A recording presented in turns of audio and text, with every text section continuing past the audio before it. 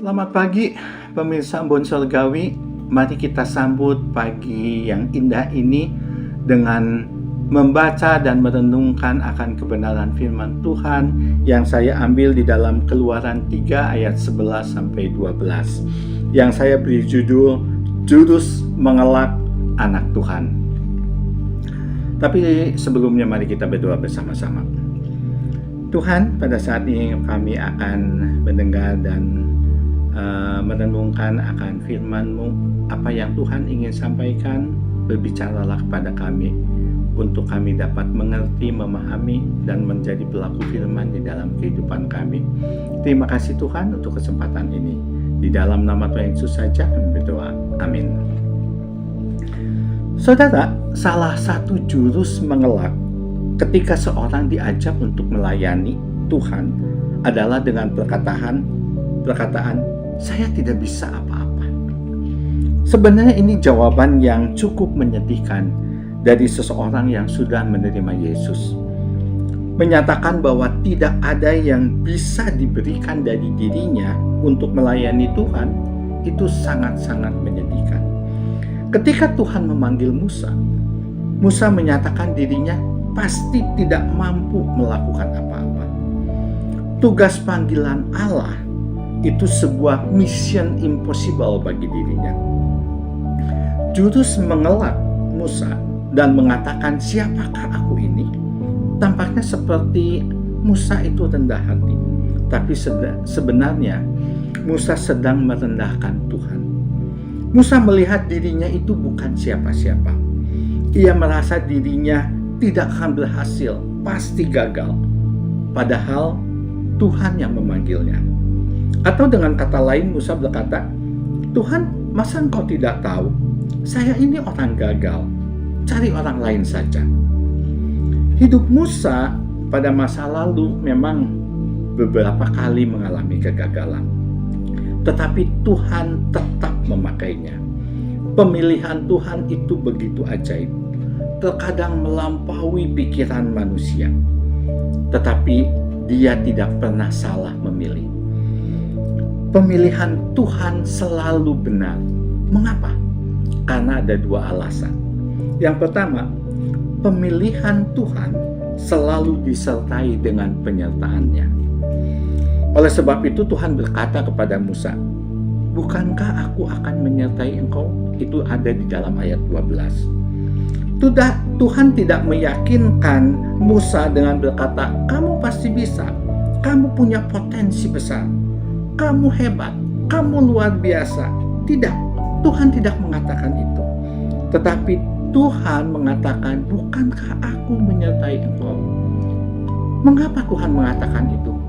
Supaya Musa tidak bersandar pada kekuatannya sendiri, tetapi bergantung kepada kemampuan Tuhan. Jadi baca sekali lagi, aku akan menyertai engkau. Musa berjalan bersama Allah yang maha besar. Musa tidak pernah akan melayani dengan kekuatannya sendiri. Itu alasan yang pertama. Alasan yang kedua, mengapa Allah tidak pernah salah memilih? Karena Tuhan mempersiapkan dan membentuk seseorang yang akan dipakainya itu melalui proses. Mari kita lihat Tuhan memproses Musa. Selama 40 tahun Musa dibesarkan dengan hak istimewa. Ia seorang Ibrani, tetapi diangkat menjadi anak putri Firaun sehingga dapat tinggal di istana dengan penuh kenyamanan dan penuh fasilitas. Musa melakukan kesalahan dengan membunuh seorang Mesir. Dia pikir dirinya sedang dipakai Tuhan untuk membela bangsanya. Akhirnya Musa melarikan diri ke Midian.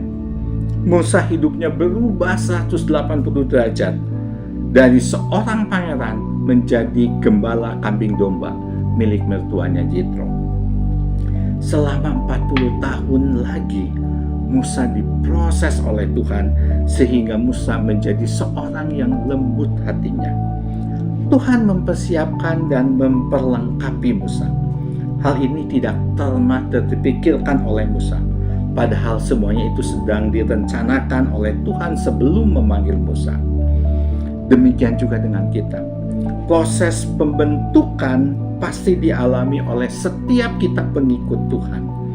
Proses pembentukannya berbeda satu dengan yang lainnya. Mungkin bisa menyakitkan, tapi akhirnya pasti indah pada waktunya. Percayalah, saat kita dibentuk, rancangan Tuhan bukanlah rancangan kecelakaan, tetapi rancangan damai sejahtera. Saudara, anak-anak Tuhan seharusnya juga memahami bahwa setiap orang percaya pasti punya karunia untuk melayani. Kita anak-anaknya dipilih sebelum dunia dijadikan, sebelum segala sesuatu itu ada.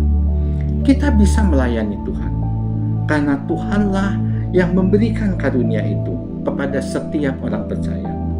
Apapun pelayanan yang kita lakukan saat ini, lakukanlah dengan segenap hati.